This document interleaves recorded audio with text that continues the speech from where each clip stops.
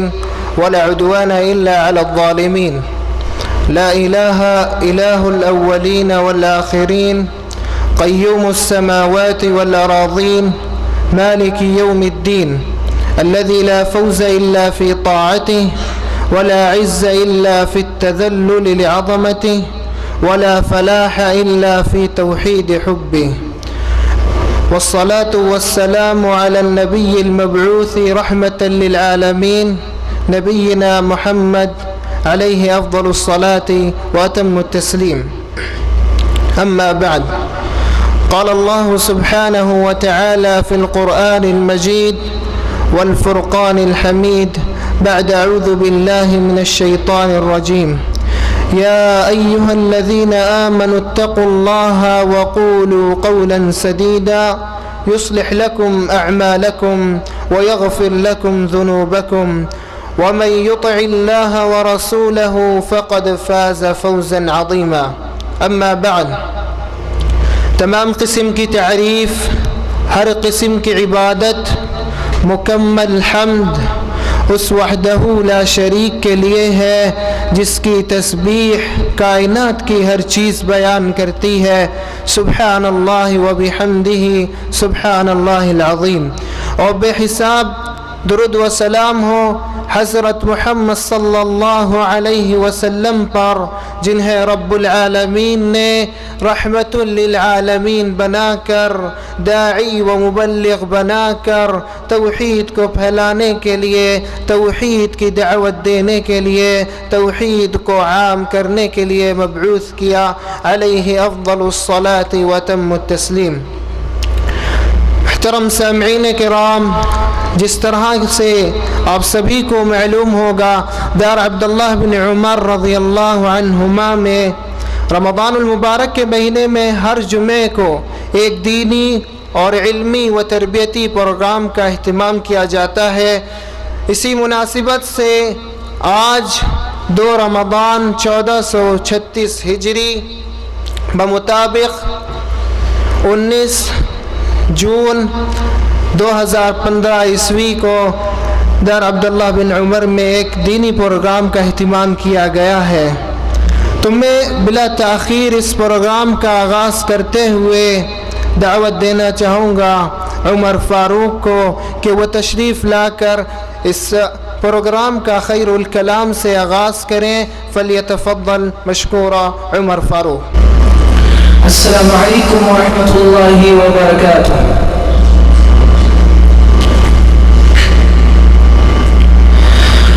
أعوذ بالله من الشيطان الرجيم، بسم الله الرحمن الرحيم، ياسين والقرآن الحكيم، إنك لمن المرسلين على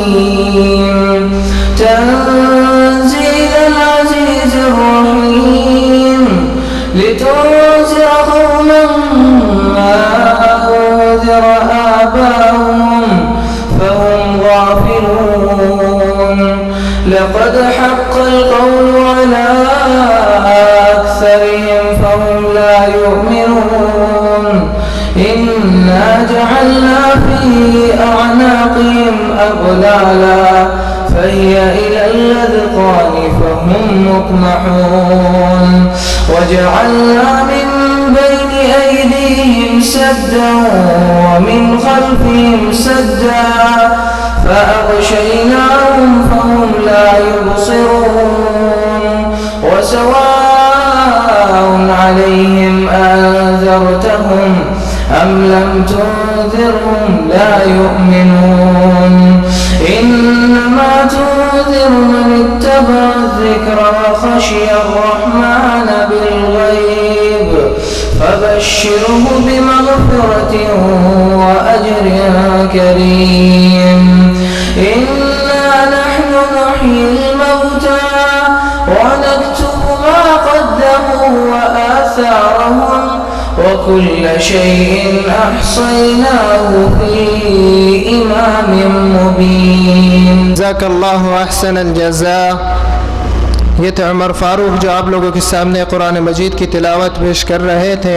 اللہ سے دعا ہے کہ اللہ تعالیٰ ان کی عمر میں اضافہ فرمائے اور ان کو دنیا و آخرت میں ثواب سے ماجور کرے.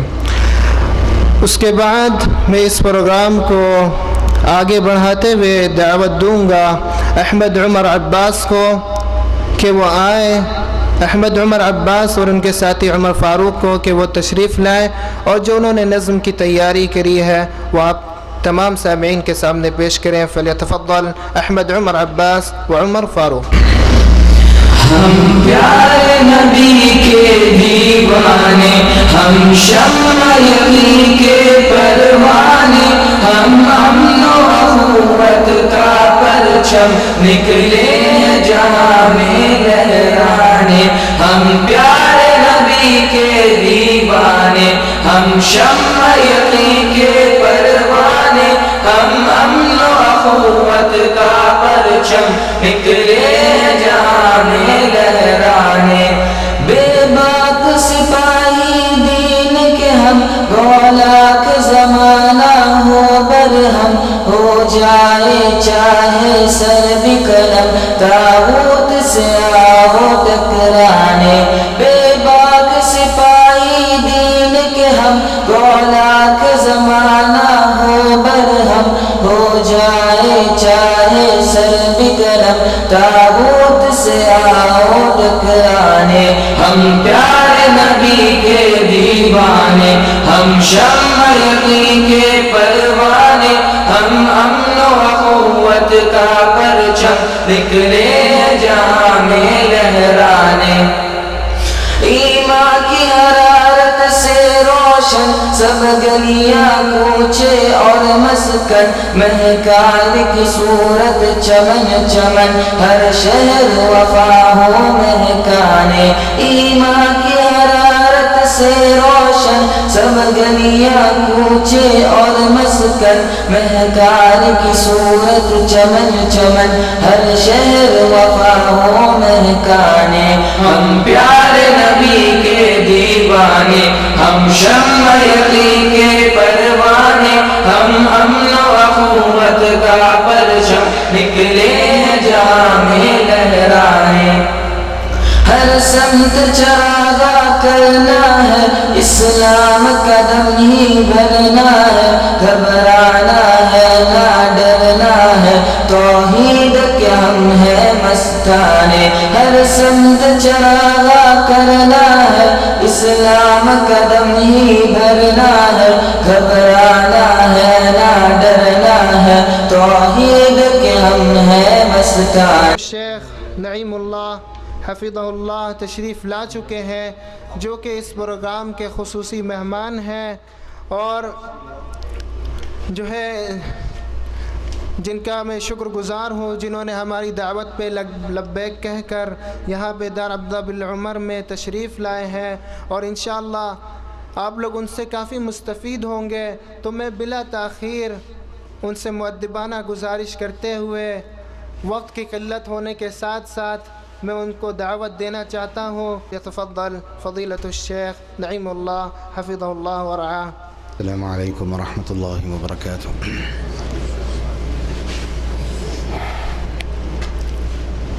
ان الحمد للہ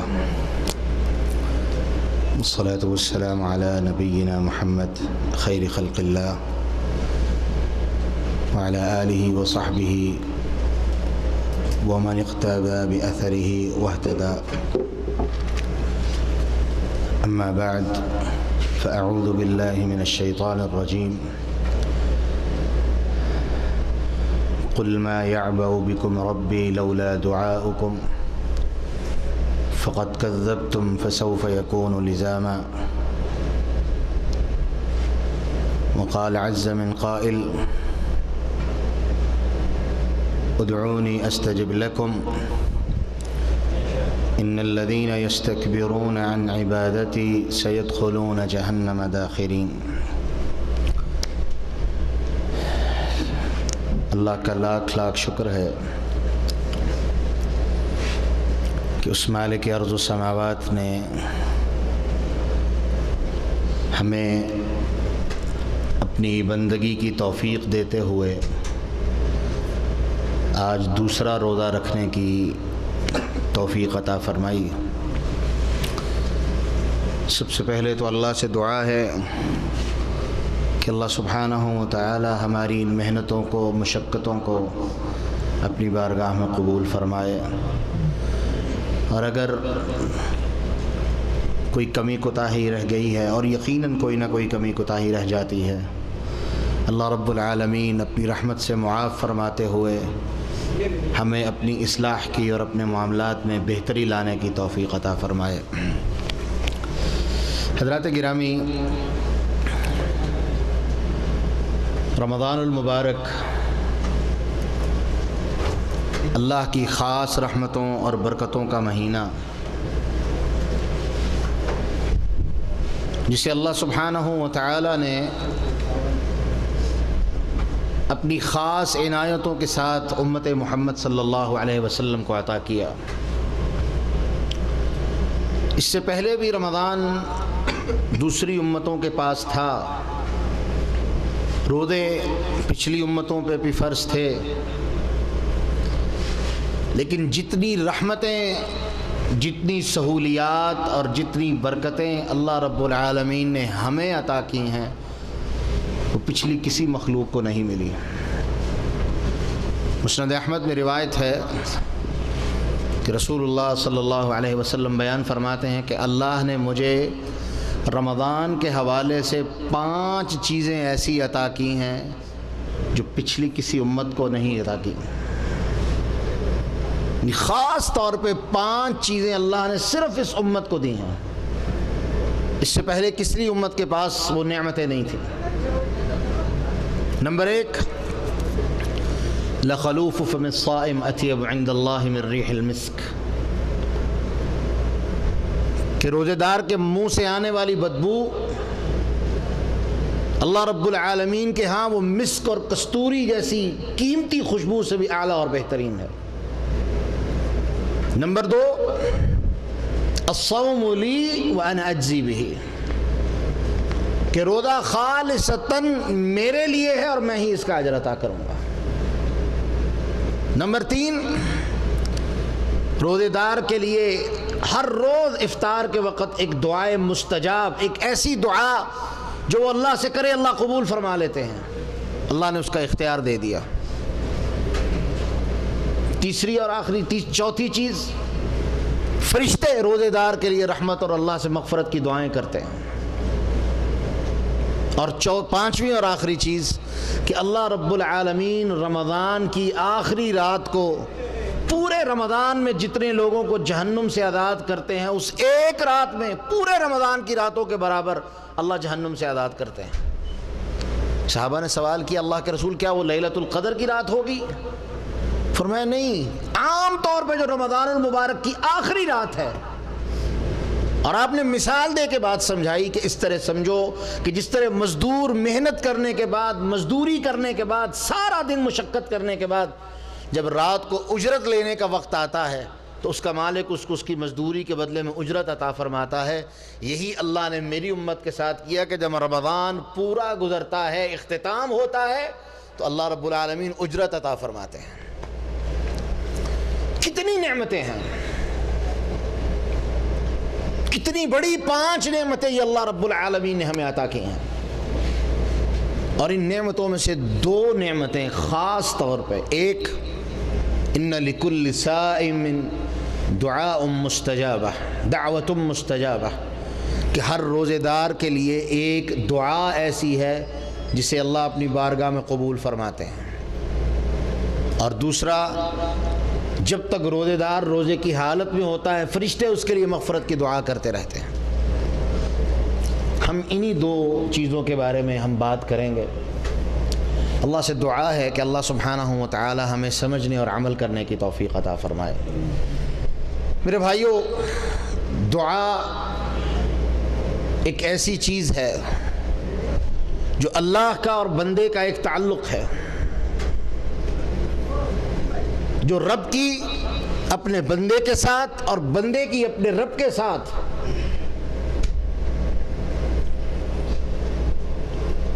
ایک ربط، ایک تعلق، ایک واسطہ، اور رب کی عنایت کا جو سلسلہ ہے اس کا ایک مظہر دعا ہے۔ اور جیسے آج شیخ نے جمعے میں یہ بات کہی کہ دعا ہی ایک ایسی چیز ہے جو عین توحید ہے، اور دعا ہی ایک ایسی چیز ہے جو عین شرک ہے۔ اس لیے اللہ کے رسول صلی اللہ علیہ وسلم کی ایک حدیث، اگرچہ جس کی سند کے بارے میں کلام ہے، لیکن وہ بات ہمیں سمجھ ٹھیک آتی ہے کہ الدعاء هو العبادہ، کہ دعا ہی اصل میں عبادت ہے۔ توحید کی بنیاد اور توحید کی اصل وہ دعا ہے کہ انسان جب ہاتھ اٹھاتا ہے تو کیا اس کے دل پہ ہوتی ہے کہ میں اللہ رب العالمین سے سوال کرنے لگا ہوں، اللہ رب العالمین سے مانگنے لگا ہوں، جو میرا رب ہے، میرا خالق اور مالک ہے، اس کے بارے میں، اللہ کے بارے میں کتنی طرح کے گمان انسان کے دل میں ہوتے ہیں، اور ان گمانوں کو سامنے رکھتے ہوئے اپنے رب کو پکارتا ہے۔ اور یہی اللہ کے رسول صلی اللہ علیہ وسلم نے ہمیں یہ بات سمجھائی کہ اللہ سبحانہ و تعالیٰ نے یہ بات کہی ہے کہ انا عند ظن عبدی، کہ میں اپنے بندہ اس کے گمان کے عین مطابق اس کے ساتھ تعامل اور سلوک کرتا ہوں، کہ جس طرح میرا بندہ میرے بارے میں گمان، جس طرح کا گمان رکھتا ہے، میں اللہ رب العالمین اس کے ساتھ ویسا ہی سلوک اور تعامل اور معاملہ کرتا ہوں۔ اسی لیے رسول اللہ صلی اللہ علیہ وسلم نے دعا کے بارے میں خاص طور پہ بات کہی کہ اللہ ایسے شخص کی دعا قبول کرتا ہے جو دعا قبول کرنے میں محنت کرے اور یقین کے ساتھ دعا کرے۔ اللہ ایسے شخص کی دعا قبول نہیں کرتا جو غافل دل سے دعا کرنے والا ہو۔ یہ دوسری روایت میں آتا ہے کہ شک کے ساتھ دعا کرنے والا ہو، اللہ تیری مرضی ہے، تو چاہے تو دعا کو قبول کر لے، چاہے تو نہ کرے۔ اللہ اس بندے کی دعا کو قبول نہیں کرتے۔ اللہ سے دعا کرتے ہوئے یقین کامل کہ میں جس ذات کے سامنے اپنے ہاتھ اٹھا کے بیٹھا ہوں، اپنے ہاتھ اٹھا کے کھڑا ہوں، میرا اور اس کا تعلق یہ ہے کہ اس نے قرآن میں یہ بات کہہ دی ہے، یا ایھا الناس انتم الفقراء الی اللہ، اے لوگو تم اللہ کے فقیر ہو۔ جس بندے کو اللہ کے سامنے فقیری اور اس کا احساس اللہ رب العالمین کے سامنے کھڑے یہ حاصل ہو جائے، اللہ کی قسم اس سے بڑا مقام کوئی نہیں۔ اور سلف صالحین دعا کیا کرتے تھے، اللہم اغننا بالافتقار الیک، اللہ ہمیں اپنے در کا فقیر بنا کے پوری کائنات سے مستغنی کر دے۔ کیوں؟ کہ جو اس کے در کا فقیر ہے، بنیادی طور پہ یہ ایک بڑا عام سا لفظ ہے فقیر ہونا، لیکن حقیقت کیا ہے کہ یہ توحید کا ایک عظیم الشان نقطہ ہے کہ وہ پوری کائنات کی نفی کر رہا ہے، پوری کائنات کی حقیقت اور اصلیت کی نفی کر رہا ہے، صرف اس چیز کو قبول کرتے ہوئے کہ اللہ تو ہی میرا خالق اور مالک اور رازق ہے، اور میری حیثیت یہی ہے کہ میں تیرے در کا بیکاری اور منگتا اور سائل اور فقیر ہوں۔ جب یہ چیز دل میں آئے گی تو وہ پورے یقین کے ساتھ اللہ رب العالمین سے دعا کرے گا، اور اللہ اس کی دعا کو رد نہیں کریں گے۔ اور یہی دعا ایک مشرک، کبھی وہ وسیلہ پائے گا، کبھی وہ کسی کے وسیلے سے سوال کرے گا، کبھی وہ کسی کی قبر پہ جا کے سوال کرے گا، کبھی وہ کسی بہانے سے سوال کرے گا۔ کیوں؟ کیونکہ اسے اپنے رب کے اور اپنے تعلق کے اوپر یقین نہیں ہے، اسے اپنے اور اپنے رب کے تعلق کے بارے میں ادراک اور احساس نہیں ہے کہ میں اللہ کے سامنے کیا حیثیت رکھتا ہوں اور میرا اپنے رب سے تعلق کیا ہے۔ اسے اس چیز کے بارے میں کوئی خبر نہیں ہے۔ یہی وجہ ہے کہ وہ کبھی ادھر جاتا ہے، کبھی ادھر جاتا ہے، کبھی ادھر جاتا ہے۔ کیوں؟ کیونکہ اللہ رب العالمین نے اسے یہ توفیق ہی عطا نہیں کی، اور نہ اس کے دل میں یہ احساس پیدا ہوا ہے کہ میرا میرے رب کے ساتھ جو تعلق ہے میں اس کے بارے میں جاننے کی کوشش نہ کروں۔ جب وہ جاننے کی کوشش میں لگے گا، جستجو میں لگے گا، کامیاب ہو جائے گا۔ اور رمضان اسی سوچ کا نام ہے۔ روزہ رکھا ہے کس کے لیے؟ اللہ کے لیے۔ بھوک اور پیاس برداشت کر رہے ہیں کس کے حکم سے؟ اللہ کے حکم سے۔ روزے کا مقصد حاصل کرنے کی کوشش کر رہے ہیں، کیوں؟ کہ اللہ نے روزے کا ایک مقصد بیان کیا ہے۔ اور اگر یہ احساس اور یہ شعور دماغ اور دل میں پیدا نہیں ہوتا کہ میرے رب نے میرے لیے روزے کی شکل میں اور رمضان کی شکل میں اتنی نعمتیں مجھے عطا کی ہیں، اللہ کی قسم روزے کا کوئی فائدہ ہی نہیں ہے، اور نہ انسان روزے کے مقصد کو پورا کر پا رہا ہے۔ کہ رمضان دعاؤں کا مہینہ ہے، رمضان قرآن کا مہینہ ہے، رمضان قیام کا مہینہ ہے۔ اور آج شیخ ماجد نے جمعہ میں ایک نقطہ بیان کیا، اور وہ بڑا ہی ایک علمی نقطہ، کہ اللہ رب العالمین نے جس صورت میں جس رکوع میں رمضان المبارک کے احکامات کے بارے میں بات کی ہے کہ رمضان کے روزے ہم نے فرض کیے، اس کے احکامات، قرآن مجید کے نزول کی بات، اس کے بعد جو اللہ نے بات کہی کہ وَإِذَا سَأَلَكَ عِبَادِي عَنِّي فَإِنِّي قَرِيب۔ حافظ ابن کثیر رحمہ اللہ فرماتے ہیں کہ اس آیت کو ان ساری چیزوں کو بیان کرنے کے بعد لانے کا مقصد یہ ہے، اللہ رب العالمین ہمیں یہ باور کروانا چاہتے ہیں کہ جس طرح قرآن اور رمضان کا ایک تعلق ہے، اسی طرح رمضان اور دعا کا ایک تعلق ہے،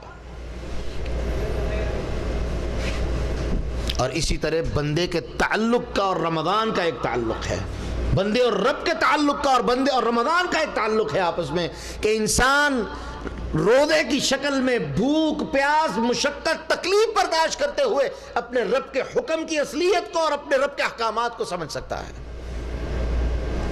لیکن افسوس، صبح سحری کی سو گئے، اور کتنا لمبا سوئے کہ مجھے یاد ہے پچھلے سال ایک سعودی اخبار میں ایک کارٹون وہ بناتے ہیں، ایک تمثیل بنا کے وہ کوئی مسخرہ جملہ وہ لکھتے ہیں، مضحکہ جملہ لکھتے ہیں، تو ایک بندے کی اس نے کارٹون بنا کے اس کے نیچے لکھا ہوا تھا کہ ایک بندہ صبح سحری کھا کے سویا اور مغرب کی اذان کے ساتھ اٹھ کے اس نے کھانا کھانا شروع کر دیا، اور کیا کہتا ہے، اللہ کا شکر ہے رمضان کا روزہ گزر گیا، نہ مجھے پیاس لگی ہے، نہ بھوک لگی ہے، نہ مجھے کوئی تکلیف ہوئی ہے۔ اس کو روزے کے احساس کا، اس کو روزے کا کیا احساس؟ جس نے کھا لیا اور سو گیا اور سارا دن سو کے گزار دیا، نہ کوئی نماز پڑھی، نہ روزے میں اس کو اس کے اندر احساس پیدا کرنے کے لیے اس کو بھوک کا احساس، تکلیف کا احساس، جو رمضان المبارک کی خاص خاصیت ہے، اس کو وہ احساس ہی نصیب نہیں ہوا، وہ روزے کی عظمت کو اور روزے کی اہمیت کو کیسے سمجھ پائے گا؟ اور نتیجہ یہی وہ لوگ ہیں جن کے بارے میں رسول اللہ صلی اللہ علیہ وسلم نے فرمایا، کم من صائم لیس لہ الا ظمأ وجوعا، کتنے روزے دار ایسے ہیں جب قیامت کے دن اعمال دینے کی باری آئے گی تو ان کے نامہ اعمال میں سوائے بھوک اور پیاس کے کچھ نہیں لکھا ہوگا۔ تو جہاں سے ہماری بات شروع ہوئی کہ رمضان المبارک اور دعا کا ایک خاص تعلق ہے آپس میں، تو وہ تعلق کیا ہے کہ انسان یہ احساس کرے، اس کے اندر ایک شعور پیدا ہو کہ میں اپنے رب کے لیے بھوک اور پیاس برداشت کر رہا ہوں، تو یہ بھوک اور پیاس میرے لیے میرے رب کی طرف سے ایک تحفہ اور عطیہ ہے، کہ میں اس بھوک اور پیاس کو برداشت کرتے ہوئے، اس کے اوپر صبر اختیار کرتے ہوئے اپنے رب سے جو کچھ مانگوں گا میرا رب مجھے عطا فرماتا چلا جائے گا۔ عام حالات میں رمضان سے ہٹ کے تقریباً ایک دن کے اندر یا ایک ہفتہ کہہ لیں آپ، 24-25 کے قریب ایسے مختلف اوقات ہیں جن میں اللہ رب العالمین دعاؤں کو قبول فرماتے ہیں۔ ان میں جمعے کا دن آتا ہے، ہر نماز کا، ہر اذان کے درمیان اور اقامت کے درمیان دعا قبول ہوتی ہے، تہجد کا وقت ہوتا ہے، بارش کے نزول کا وقت ہوتا ہے، وغیرہ وغیرہ۔ یہ عام دنوں کی بات ہے۔ انہی 24-25 جو مقامات اور اوقات ہیں، ان میں سے رمضان المبارک کے اللہ اندر ہمیں کتنے نصیب کرتا ہے، اور خاص طور پہ رمضان المبارک کی مناسبت سے کتنے اوقات ہیں جن میں اللہ رب العالمین ہمیں دعاؤں کے موقع عطا فرماتا ہے۔ اب کامیاب کون ہے جس نے اس اوقات کو، ان اوقات کی عظمت کو جانتے ہوئے اور سمجھتے ہوئے محنت کر لی اور کوشش کر لی۔ اور آپ کو یاد ہوگا پچھلے جمعے میں جو ہمارا درس ہوا تھا، پچھلے ہفتے میں یہاں پر ہی، اس میں نے ایک بات کہی تھی کہ سلف صالحین رحمہم اللہ یہ دعا کیا کرتے تھے کہ جب رمضان آتا، حج کے ایام آتے یا اسی طرح سے کوئی خاص ایام آتے تو وہ دعا کیا کرتے تھے، اللہم اجعل لنا هذه الایام مغنما ومربحا، کہ اللہ ان دنوں کو ہمارے لیے غنیمت کے دن بنا دے اور ہمارے لیے ان دنوں کو فائدہ حاصل کرنے کے دن بنا دے. فائدہ ربح کسے کہتے ہیں؟ یہ جو ڈراز نکلتے ہیں، سرپرائز انعامات. سلف صالحین دعائیں کیا کرتے تھے کہ اللہ ان ایام کو ہمارے لیے انعامات کے ایام بنا دے کہ ہم تیرے حضور عاجزی اختیار کرنے والے بن جائیں، تیرے حضور جھکنے والے بن جائیں، تیرے حضور مناجات کرنے والے بن جائیں، تاکہ ان ایام کے بدلے میں جو تو رحمتیں اپنے بندوں کو عطا فرماتا ہے وہ ہمیں بھی حاصل ہو جائیں. اسی لیے رمضان تزکیہ نفس کرتا ہے، روزہ تزکیہ نفس کرتا ہے کہ انسان روزے کی بھوک اور پیاس اور مشقت کو برداشت کرتے ہوئے اپنے رب العالمین سے سب سے پہلے جو دعا کرتا ہے وہ کیا کرتا ہے کہ اللہ مجھے اپنی بندگی کی صحیح توفیق عطا فرما، اپنی عبادت کا صحیح حق ادا کرنے کی توفیق عطا فرما. جب وہ اس چیز کے لیے کوشش اور محنت کرتا ہے رب العالمین اس کو خالی نہیں موڑتے. اور یہی چیز، یہی رمضان جہاں ہم اللہ رب العالمین کا حکم سمجھتے ہوئے عبادت کے اندر لگے ہوئے ہیں، یہی رمضان ہمارے اندر عقیدے کی پختگی کا سبب بنتا ہے کہ انسان صرف ایک لمحے کے لیے سوچتا ہے کہ میں یہ روزہ اپنے رب کے حکم سے رکھ رہا ہوں اور میں حلال چیزوں کو اپنے رب کے حکم سے چھوڑے بیٹھا ہوں، تو کیوں نہ میں وہ تمام حرام چیزیں جن سے میرے رب نے مجھے ساری زندگی کے لیے منع کر رکھا ہے میں ان کو اپنی زندگی سے نکال کے باہر پھینک دوں اور اپنے آپ کو ان سے دور کر لوں. جب یہ سوچ پیدا ہوتی ہے تو انسان سب سے پہلے شرک کے رستے کو چھوڑتا ہے اور بدعت کے رستے کو چھوڑتا ہے اور اس کے اندر اللہ رب العالمین کی بندگی اور اللہ رب العالمین کا تعلق وہ مضبوط سے مضبوط ترین ہوتا چلا جاتا ہے. لیکن افسوس پھر اس شخص کے لیے، ہم میں سے کتنے لوگ ایسے ہیں جو رمضان المبارک کا روزہ صرف اس لیے رکھتے ہیں کہ یار ہم نے اپنی سوسائٹی میں بیٹھنا ہے، لوگوں میں بیٹھنا ہے، اگر روزہ نہیں رکھیں گے تو لوگ ہمیں باتیں کریں گے. اور یہ حقیقت بات ہے. کتنے لوگ ایسے ہیں جو صرف اسی لیے روزہ رکھتے ہیں کہ یار میں نے آفس جانا ہے، اگر روزہ نہ رکھا کلیگ پوچھیں گے روزہ رکھا ہے، میں کہوں گا نہیں رکھا، کیا کہیں گے؟ مجھے باتیں کریں گے، مجھے تانے دیں گے. وہ تانوں سے بچنے کے لیے صرف روزہ رکھتا ہے. اسے اس چیز کا کوئی ادراک اور احساس نہیں کہ میرے رب نے مجھے حکم دیا ہے اور میرے اسلام کے اندر جو بنیادی اصول ہیں ان میں سے تیسرے نمبر پر اللہ رب العالمین نے روزے کو رکھا ہے. سب سے پہلے توحید، نماز، اور اس کے بعد روزہ. شہادت لا الہ الا اللہ بنی الاسلام علی خمس، اسلام کی بنیاد 5 چیزوں پہ. شہادت لا الہ الا اللہ، توحید، اقام الصلاۃ، نماز قائم کرنا. بعض روایتوں میں ایتاء الزکاۃ، زکوٰۃ کے لفظ پہلے آئے ہیں اور بعض روایتوں میں روزے کا لفظ پہلے آیا ہے. ایتاء الزکاۃ یا دوسری اقام الصلاۃ و صوم رمضان و ایتاء الزکاۃ، یعنی بعض روایتوں میں زکوٰۃ کا ذکر پہلے ہے، بعض روایتوں میں روزے کا ذکر پہلے ہے. اب اندازہ کیجئے جو شخص رمضان کے روزے کو بے مقصد سمجھتے ہوئے اور صرف دنیا والوں کی نظروں میں باتوں سے بچنے کے لیے رمضان کا روزہ رکھ رہا ہے، اندازہ کیجئے کیا وہ روزے کے مقصد کو سمجھ پایا ہے؟ کیا وہ روزے کا مقصد جو اللہ رب العالمین نے بیان کیا ہے لعلکم تتقون، تاکہ تم تقوی اختیار کرنے والے بن جاؤ، کیا وہ مقصد حاصل کر پائے گا؟ بالکل دیانتداری سے جواب یہ ہے کہ وہ قطعاً کوئی چیز حاصل نہیں کر سکے گا. اور کامیاب کون ہے؟ جس نے روزے کے مقصد کو سمجھ کے رمضان المبارک کے اندر کرنے والے کاموں کو اپنی زندگی کا ایک اہم مشن سمجھ کے ان کے اوپر محنت کر لی، وہ کامیاب ہو گیا. اور 2 چیزیں میں نے آپ کے سامنے واضح بیان کی کہ رمضان اور قرآن اور رمضان اور دعا. اور یہی چیزیں جو میں نے آپ کے سامنے بیان کی کہ 5 چیزیں اللہ نے اس امت کو عطا کی ہیں رمضان کے حوالے سے، اور ان 5 میں سے ایک چیز کیا ہے کہ انسان روزے کی حالت میں اپنے رب سے جو دعا کرتا ہے اللہ رب العالمین اس کی دعا کو قبول فرماتے ہیں. اور اس ساری تمہید کا مقصد یہ، جو اتنی 20 منٹ کی جو ہم نے گفتگو کی ہے، اس کا مقصد یہ کہ اگر روزہ با مقصد ہے تو دعا بھی با مقصد ہوگی اور انسان دعا کرے گا، اور اگر روزہ بے مقصد ہے، روزہ تقوی کے لیے نہیں رکھا، روزہ مقصد حاصل کرنے کے لیے نہیں رکھا، ایک منزل کی جستجو کے لیے روزہ نہیں رکھا، وہ شخص کبھی بھی کامیاب نہیں ہو سکتا، نہ وہ اللہ سے دعائیں کرے گا، نہ اللہ اس کی دعا کو قبول کرے گا۔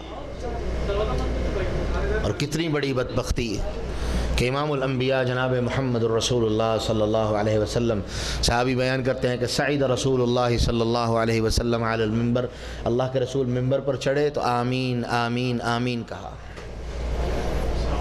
صحابہ نے پوچھا اللہ کے رسول ہم نے کوئی چیز تو نہیں دیکھی، نہ کوئی ایسی چیز سنی جس پہ آپ آمین کہتے؟ فرمایا ہاں جبریل آئے تھے اور جبریل نے 3 بندوں کے لیے بد دعا کی اور میں نے اس کی بد دعا پہ آمین کہا، اور ان 3 میں سے ایک بدبخت کون؟ کہ جبریل نے کہا تباہ و برباد ہو جائے وہ شخص، ہلاکت اور تباہی اور بربادی ہے اس شخص کے لیے جس کی زندگی میں رمضان آیا اور وہ محنت کر کے اپنے رب کو راضی نہ کر سکا۔ رسول اللہ صلی اللہ علیہ وسلم فرماتے ہیں میں نے جبریل کی اس بد دعا پہ آمین کہی۔ کتنے رمضان ہم اس سے پہلے گزار چکے ہیں، کتنے رمضان اس سے پہلے گزار چکے ہیں، جہالت میں، ناسمجھی میں، بے عقلی میں، بے وقوفی میں ہم کتنے رمضان اپنی زندگی کے ضائع کر چکے ہیں، اور اس بات کی کوئی گارنٹی نہیں ہے کہ آئندہ رمضان ہماری زندگی میں آئے گا کہ نہیں آئے گا۔ میرے بھائیوں، یہی زندگی، یہی لمحات، یہی گھڑیاں، یہ اللہ رب العالمین کی طرف سے ہمارے لیے غنیمت ہیں۔ اللہ رب العالمین نے ہمیں یہ لمحات اپنی رحمت سے اور اپنے فضل سے عطا فرمائے ہیں کہ رمضان ایک مرتبہ پھر ہماری زندگیوں میں موجود ہے، اور ابھی بالکل ابتدائی ایام ہے کہ انسان غافل بھی ہے تو جاگ جائے، اگر غفلت میں بھی ہے تو اٹھ جائے، ہوش کر لے کہ کہیں یہ اوقات ضائع نہ ہو جائیں اور ہماری زندگی اللہ کے رسول صلی اللہ علیہ وسلم کی بد دعا کا مستحق ٹھہر جائے۔ اور یاد رکھیے، جہاں اللہ اس امت کے حق میں اپنے رسول کی دعا کو نہیں موڑتا، وہاں اللہ کے رسول کی بد دعا بھی اللہ کے ہاں اتنی ہی مقبول اور منظور ہے۔ دعا، جیسے ہم نے شروع میں بات کی کہ اصل توحید دعا ہے، کہ انسان پورے اخلاص کے ساتھ، پورے یقین کے ساتھ، پورے اعتماد کے ساتھ اپنے رب کو پکارے، اور اس کا رب کبھی بھی اس کی دعا کو خالی نہیں موڑتا۔ اللہ رب العالمین نے قرآن مجید میں اعلان فرما دیا، جو میں آیہ مبارکہ شروع میں آپ کے سامنے تلاوت کی۔ اللہ فرماتے ہیں وقال ربکم، لوگوں تمہارا رب یہ بات کہتا ہے، کیا کہتا ہے؟ ادعونی استجب لکم، مجھے پکارو، مجھ سے مانگو، مجھ سے التجائیں کرو، مجھ سے سوال کرو، استجب لکم، میں تمہاری دعاؤں کو سننے والا ہوں۔ اور رسول اللہ صلی اللہ علیہ وسلم نے بات واضح کر دی۔ اصل میں ایک پہلے نقطہ سمجھ لیں، ہماری دعا کرنے کا طریقہ پتہ کیا؟ دعا بنیادی طور پہ کیا ہے؟ التجا، عرض، کہ اللہ اپنی رحمت فرما دے، اپنا فضل فرما دے، ہمارے گناہوں کو معاف فرما دے، وغیرہ وغیرہ۔ لیکن ہم اللہ سے دعائیں کیا کرتے ہیں؟ دنیا داری، دنیا کا مال، دنیا کی زندگی۔ آج شیخ نے جمعے میں ایک بڑی بات کی اور میں آپ سے وہ بات ضرور شیئر کرنا چاہوں گا۔ دیانتداری سے ہر کوئی اپنے اپنے معاملے کو خوب جانتا ہے۔ ہم میں سے کتنے لوگ ہیں جنہوں نے صرف اللہ سے یہ دعا کی ہو کہ اللہ ابھی ہم تھوڑے دیر میں، ہمیں اپنی زندگی کا کوئی پتہ نہیں، مر جانے والے ہیں، اللہ ہماری قبر والی زندگی کو آسانی میں بدل دینا۔ کون سا شخص ہے جس نے کبھی یہ دعا کی ہو؟ کیوں؟ ہمارے سامنے قبر نام کی کوئی چیز نہیں، اور ہم اسی محاورے کو لے کے چل رہے ہیں جو ہماری پنجابی میں بولا جاتا ہے کہ اے جگ میٹھا اگلا کس جٹھا، کہ یہ دنیا اتنی میٹھی ہے، اتنی مزیدار ہے، آگے کی فکر کس کو ہے؟ کیا یہی سوچ ہم لے کے نہیں بیٹھے کہ ہماری زندگی کا مقصد، ہماری سوچ، ہماری ابتدا، ہماری انتہا وہ صرف یہ دنیا ہے؟ اور اس میں بھی ہماری دعا کا طریقہ کیا ہے کہ ہاتھ اٹھاتے ہیں، مثال کے طور پہ کوئی شخص پریشان ہے، کسی بھی معاملے، بیمار ہے مثال کے طور پہ، وہ اللہ سے دعا کیا کرے گا؟ اللہ مجھے بس ابھی فوری ٹھیک کر دے۔ یہ عاجزی نہیں۔ رسول اللہ صلی اللہ علیہ وسلم کیا دعا کرتے تھے؟ اذهب البأس رب الناس، اذهب البأس رب الناس، وہ تکلیفوں کو لے جانے والے، وہ لوگوں کے رب، واشف انت الشافی، اللہ شفا دے دے، تو ہی شفائیں دینے والا ہے۔ لا شفاءک الا شفاء لا یغادر سقما، اللہ تیرے علاوہ کوئی بھی شفا دینے والا نہیں، اور تو ہی ہے جو مریضوں کو شفائیں دینے والا ہے، اللہ شفائیں عطا فرما دے۔ اللہم انت الشافی لا شفاء الا شفاءک، اللہ تو شفائیں دینے والا ہے، تیرے علاوہ کوئی شفائیں دینے والا نہیں، اپنی رحمت فرما، ہمیں شفائیں عطا فرما دے۔ عاجزی اور انکساری، اور ہم اللہ سے دعا کرتے ہوئے کیا کہتے ہیں؟ بس ابھی اسی وقت جو مانگا ہے ہمیں عطا فرما دے۔ آرڈر۔ میرے بھائی، دعا کی ابتدا ہی عاجزی سے ہے کہ اللہ اکبر۔ کل مجھے ایک پوسٹ آیا، شیخ ابن الباز رحمہ اللہ ایک جگہ درس دے رہے تھے کہ قرآن مجید کی ایک آیت کہ وَإِذْ جَعَلْنَا الْبَيْتَ مَثَابَةً لِلنَّاسِ وَأَمْنًا، کہ اللہ سبحانہ وتعالی نے جب ابراہیم علیہ السلام کو حکم دیا کہ ابراہیم میرا گھر بناؤ، تو ابراہیم گھر بنا رہے ہیں تو کیا دعا کر رہے ہیں؟ ربنا تقبل منا انک انت السمیع العلیم۔ اللہ کا حکم ایک مخصوص بندے کے لیے، ایک مخصوص حکم ایک مخصوص جگہ کے لیے، ایک مخصوص کام کے لیے، حکم اللہ کا۔ اور ابراہیم علیہ السلام جن کی ذات کے لیے یہ حکم خاص تھا، اللہ اکبر، وہ باپ بیٹا رب کے گھر کی ایک ایک اینٹ رکھ رہے ہیں، ایک ایک پتھر رکھ رہے ہیں، اور پھر وہی بات، حکم ابراہیم کے لیے مکہ کے اندر بیت اللہ بنانے کا، اللہ کا گھر بنانے کا حکم۔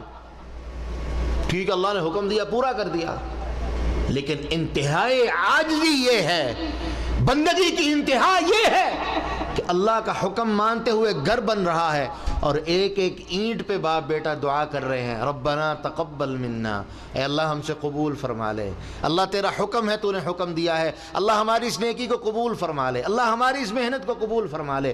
کیوں کہ جب عمل میں بھی تکبر آ گیا، ان الذین یستکبرون عن عبادتی سیدخلون جہنم داخرین، جو لوگ میری عبادت کے بارے میں تکبر کریں گے، انہیں جہنم کے اندر اوندے منہ پھینک دوں گا۔ اور عبادت کے اندر تکبر کیا ہے کہ انسان عبادت کرتے ہوئے، دعا کرتے ہوئے اللہ کے سامنے عاجزی اور انکساری کا مظاہرہ کرنے کی بجائے اللہ کو آرڈر جاری کرنے شروع کر دے۔ اور ابراہیم، شیخ ابن باز کی بات کر رہا تھا کہ جب انہوں نے یہ دعا پڑھی، یہ آیت پڑھی، اور صرف یہ کلمات کہے کہ یہ اللہ کا حکم ایک مخصوص بندے کے لیے، مخصوص جگہ کے لیے، مخصوص کام کا حکم، اور اس کے بعد عاجزی کی یہ انتہا۔ راوی بیان کرتا ہے کہ شیخ ابن باز رحمہ اللہ 5 منٹ تک اس بات کے اوپر روتے رہے کہ اللہ یہ ہے تیری بندگی جو ابراہیم علیہ السلام نے کر کے دکھائی۔ اور قرآن کیا کہتا ہے؟ وَإِذِ ابْتَلَىٰ إِبْرَاهِيمَ رَبُّهُ بِكَلِمَاتٍ فَأَتَمَّهُنَّ، کہ ہم نے ابراہیم کو کئی معاملات اور کئی چیزوں میں آزمایا، اس کو مبتلا کیا، فَأَتَمَّهُنَّ، اس نے ہم ساری کی ساری آزمائشوں میں پورا اتر کے دکھا دیا۔ ہم تو اللہ کی طرف سے ایک تکلیف آ جائے نا، ہم وہ برداشت نہیں کر پاتے، اور ہماری حالت کیا ہے؟ فوراً اللہ سے شکوہ، فوراً اللہ سے شکایت۔ جبکہ سلف صالحین اور خاص طور پہ ہمارے لیے سب سے بڑا نمونہ جناب محمد الرسول اللہ صلی اللہ علیہ وسلم اور انبیاء کرام علیہم السلام، یہ سب سے بڑے نمونے ہیں ہمارے لیے۔ ان کی زندگیاں کیا تھیں کہ تکلیفیں آتی تو ایوب علیہ السلام کی صبر کی بات ہم کیسے بھول جائیں۔ ایک عرصہ بیماری میں گزار دیا، ایک عرصہ بیماری میں گزار دیا، لیکن اف نہیں کیا، اپنے رب سے شکوہ نہیں کیا، اپنے رب سے شکایت نہیں کی، بلکہ اللہ سے یہی دعا رہی، اللہ یہ بیماری تیری طرف سے ہے، مجھے صبر عطا فرما، اللہ اس بیماری کو برداشت کرنے کی توفیق عطا فرما۔ یہاں تک کہ میرے رب نے قرآن میں اعلان کر دیا، اِنَّا وَجَدْنَاهُ صَابِرًا، اے ایوب ایسا بندہ ہے کہ ہم نے اس کو بڑا ہی صبر کرنے والا پایا ہے۔ ہمارے اندر صبر کا مظاہرہ کہاں؟ ہم میں صبر کہاں؟ ہم تو اللہ کو دعا کرتے ہوئے بھی حکم جاری کرتے ہیں، اللہ یہ کام ہم نے تجھ سے مانگا ہے، یہ چیز تجھ سے مانگی ہے، بس فوراً یہ پوری کر دے۔ میرے بھائی، دعا کا سب سے پہلا بنیادی نقطہ وہ عاجزی ہے کہ اللہ کے سامنے اپنی عاجزی، اپنی انکساری کا اظہار، اپنی کمزوری کا اظہار، اپنی بندگی کا اظہار، اپنی حقیقت کا جو انسان کی حقیقت ہے کہ اللہ سبحانہ و تعالیٰ نے ایک انتہائی حقیر ترین چیز سے ہمیں پیدا کیا ہے، اس کا اظہار اللہ کے سامنے۔ اور اللہ کی قسم، اللہ کو سب سے زیادہ یہ چیز پسند ہے۔ جتنی عاجزی اور انکساری سے وہ اللہ سے دعا کرے گا، اللہ رب العالمین اس کی دعاؤں کو رد نہیں کریں گے۔ اور جو 3 نقطے میں بیان کرنے جا رہا تھا، وقت بھی اختتام کے قریب آہستہ آہستہ جا رہا ہے۔ دعا کے حوالے سے ہم لوگ جلد بازی کا شکار ہیں۔ جہاں سے ہماری بات چلی کہ ہم دعا کرتے ہیں، اللہ سے سوال نہیں کرتے، اللہ کو آرڈر دیتے ہیں کہ اللہ ہم نے تجھے یہ حکم دے دیا، بس جلدی جلدی ہمیں عطا فرما دے۔ جبکہ رسول اللہ صلی اللہ علیہ وسلم کیا فرماتے ہیں کہ جب بندہ پورے یقین کے ساتھ اور پورے اعتماد کے ساتھ اپنے رب سے دعا کرتا ہے، اللہ اکبر، دعا پھر وہی بات کہ ہم تو کسی بڑی کوئی مصیبت آئے تو اللہ کے سامنے جاتے ہیں۔ صحابہ کرام سلف صالحین رحمہم اللہ معمولی چیزوں کے لیے بھی اللہ سے دعا کیا کرتے تھے۔ کسی صحابی کو نمک چاہیے ہوتا، نمک ایک معمولی چیز ہے، وہ بھی اللہ سے دعا کرتے، اللہ ہمیں اپنی رحمت سے نمک عطا فرما دینا۔ کیوں؟ کہ وہ حقیقت سے واقف تھے کہ بندہ، جو اللہ نے یہ بات کہی ہے انتم الفقراء الی اللہ، تم اللہ کے در کے فقیر ہو، وہ اس فقیری کے مطلب اور مفہوم سے پوری طرح واقف و باخبر تھے۔ اور یہاں تک کہ رسول اللہ صلی اللہ علیہ وسلم نے بھی ان کی تربیت فرمائی۔ آپ نے فرمایا اگر تیری جوتی کا کوئی معمولی سا تسمہ بھی اگر خراب ہو جائے اور تجھے اس کے لیے بھی ضرورت پڑے تو وہ بھی اللہ سے مانگنا۔ تربیت کرنے والے نے تربیت اتنی عالی شان کی، اور وہ اسٹوڈنٹ بھی اور طلباء بھی ایسے تھے کہ سبحان اللہ، استاد کی تربیت کے معیار پہ پورے اترنے والے۔ یہاں تک کہ میرے رب نے قرآن میں کہہ دیا کہ جو یہ تربیت یافتہ ہیں، یہ جو محمد کے اصحاب ہیں صلی اللہ علیہ وسلم، جو ان جیسی تربیت لے کے آئے گا، ان جیسا ایمان لے کے آئے گا، وہ کامیاب اور کامران ہے۔ جب انسان دعا کرتا ہے تو رسول اللہ صلی اللہ علیہ وسلم بیان فرماتے ہیں اللہ 3 کام کرتا ہے، 3 کاموں میں سے ایک کام کرتا ہے۔ نمبر 1، یا تو اللہ اس کی دعا کو فوراً قبول فرما لیتے ہیں، یعنی جس کام کے لیے اس نے اللہ سے دعا کی، اللہ نے وہ فوراً قبول فرماتے ہوئے اس کو وہ نعمت عطا فرما دی۔ نمبر 2، یا اللہ اس کی اس دعا کو اس کے آخرت کے دن کے لیے ذخیرہ فرما لیتے ہیں۔ اور رسول اللہ صلی اللہ علیہ وسلم فرماتے ہیں اللہ اکبر کہ قیامت کے دن جب بندہ اللہ کے دربار میں پیشی کے لیے آئے گا تو اس کے ساتھ نیکیوں کے پہاڑ ہوں گے، اور وہ تعجب سے پوچھے گا اللہ یہ عمل تو میں نے نہیں کیے، تو اللہ جواب میں کہیں گے یہ تیری وہ دعائیں ہیں جو دنیا میں تو کرتا تھا اور تو سمجھتا تھا کہ یہ قبول نہیں ہوئی، لیکن حقیقت یہ تھی کہ میں نے تیری وہ دعائیں آج کے دن کے لیے سنبھال کے رکھی ہیں۔ اور رسول اللہ صلی اللہ علیہ وسلم بیان فرماتے ہیں بندہ اس دن تمنا کرے گا کہ کاش میری کوئی دعا قبول نہ ہوئی ہوتی، کاش میری ساری دعائیں اللہ آج کے دن کے لیے محفوظ کر لیتا، دنیا میں میری کوئی دعا قبول نہ ہوئی ہوتی، سب کچھ اللہ آج مجھے دے دیتا، میں کامیاب۔ اور تیسرا، اللہ کے رسول صلی اللہ علیہ وسلم بیان فرماتے ہیں کہ اللہ اس دعا کے بدلے میں جو اپنے بندے کے لیے بہتر ہو وہ اسے عطا فرما دیتے ہیں، اور وہ چیز جو اس کے لیے بری ہو اور شر والی ہو اللہ اس سے اس کو محفوظ فرما دیتے ہیں۔ میرے بھائیوں، ایک آخری بات، جو حدیث ہم نے شروع میں بیان کی کہ اللہ سبحانہ و تعالی بیان فرماتے ہیں کہ انا عند ظن عبدی، کہ میں اپنے بندے کے ساتھ ویسا ہی سلوک کرتا ہوں جس طرح کا میرا بندہ میرے بارے میں گمان رکھتا ہے۔ اللہ سے دعا کرتے ہوئے ہمیشہ یہ گمان رکھیے کہ اللہ تو بڑا ہی مہربانیاں فرمانے والا ہے۔ اللہ کے بارے میں کوئی بھی بندہ اس طرح کا گمان نہ رکھے۔ اور یہاں پر ایک نقطہ مجھے بھول گیا، جو حدیث میں نے ابھی بیان کی کہ اللہ جو بندہ دعا کرتا ہے اس کے بدلے میں 3 کاموں میں سے ایک کام کرتا ہے۔ تو صحابہ نے کہا اللہ کے رسول پھر ہم تو زیادہ دعائیں کریں گے، تو فرمایا فاللہ اکثر، تم جتنی زیادہ دعائیں کرو گے اللہ اپنی اسی طرح اتنی زیادہ تم پہ رحمتیں فرمائے گا۔ تو یہ گمان ہے، یقین کہ اللہ تو بڑا ہی رحمتیں فرمانے والا ہے۔ اور سلف صالحین جب دعائیں کرتے تھے یہ باتیں کہا کرتے تھے کہ اللہ ہمارا تیرے بارے میں جو یقین ہے اللہ وہ بہت بڑا ہے۔ اور ترمذی میں روایت موجود ہے، رسول اللہ صلی اللہ علیہ وسلم بیان فرماتے ہیں کہ ایک شخص کو قیامت کے دن اللہ جہنم میں ڈالنے کا آرڈر جاری کریں گے۔ اب فرشتے اس کو پکڑ کے لے جا رہے ہیں اور وہ بندہ مڑ مڑ کے پیچھے اللہ کی طرف دیکھ رہا ہے، اور اللہ جانتے ہیں اس کے دل میں کیا ہے، لیکن اس مالک کی کریمی دیکھیے۔ اللہ اس کو کہیں گے ادھر آؤ، کیا بات ہے، تم کیوں اس طرح مڑ مڑ کے دیکھ رہے ہو، کیا بات ہے؟ کہے گا اللہ میرا تیری ذات کے بارے میں یہ گمان تو نہیں تھا۔ اللہ پوچھیں گے تیرا کیا گمان تھا؟ وہ کہے گا اللہ میرا تیری ذات کے بارے میں یہ گمان تھا کہ تو بہت رحم فرمانے والا اور اپنے بندوں کو معاف کرنے والا ہے۔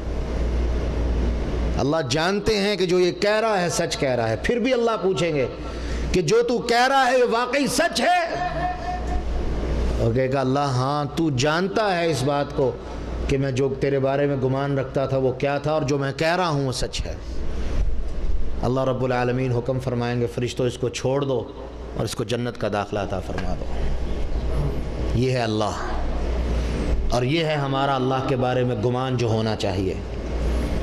یہ گھڑی تقریباً 15 منٹ 20 منٹ ہمارے پاس ہیں، یہ کھانے کا انتظار کرنے کی گھڑی نہیں ہے، یہ افطاری کا انتظار کرنے کا وقت نہیں ہے، یہ وہ وقت ہے جس کے بارے میں اللہ کے رسول نے فرمایا ان لکل صائم دعوۃ مستجابہ، ہر روزے دار کے لیے ایک دعا اللہ نے رکھی ہے، جو وہ اللہ سے قبول کرے گا، جو وہ اللہ سے دعا کرے گا اللہ عطا فرما دے گا، اور وہ ٹائم اب ہے، افطاری سے پہلے کا جو وقت ہے، افطاری سے پہلے۔ مسند ابو داؤد الطیالسی کے اندر واضح لفظ موجود ہیں کہ افطاری سے پہلے کے وقت میں، افطاری کے قریب کے وقت میں جب بندہ اللہ رب العالمین کے سامنے اپنی پورے دن کی محنت اور مشقت کے بدلے میں مزدوری اور اس کے بدلے میں اجرت مانگتا ہے، اللہ رب العالمین اسے عطا فرماتے ہیں۔ تو یہ دعا کی قبولیت کا وقت ہے، اسے ضائع مت کیجئے۔